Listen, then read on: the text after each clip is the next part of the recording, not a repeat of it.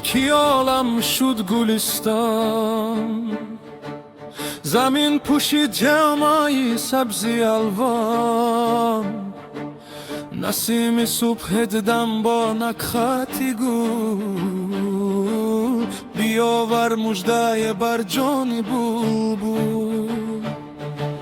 زمستانی خنک رختی سفر بست، تیهی شد از یخ و یخبندی هر دست. خروش رودها از کوسه راند، شوید گرد و چنگی روزگاران. بنفشه سر برون نورد از خواب، گریبانی زمستان کرد صد شب.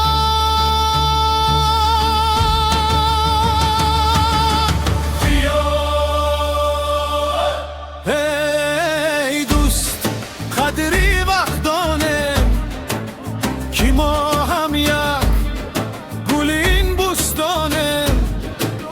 بیا تو جانی خود را تازه سازه،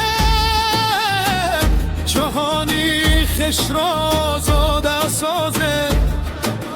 بهاری جاویدان در قلب انسان، بود بالاتر از هر فصلی دوران.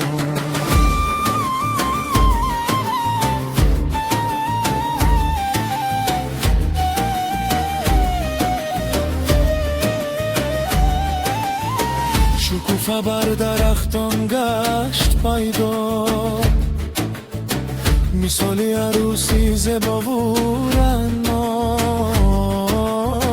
نوروز آمد و عالم جوان شد، دیگر بار جهان باغ و بستان شد.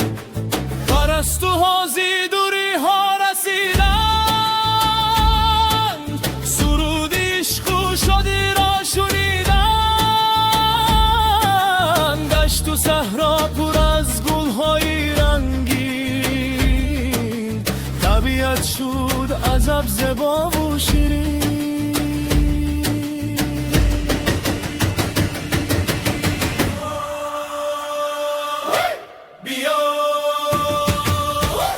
بیا ای دوست قدری وقتانه که ما هم یک گل این بستانه.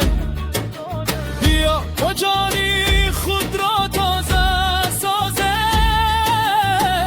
جهانی خش را آزاده سازه. بهاری جاویدان در قلب انسان، بود بالاتر از هر فصلی دوران.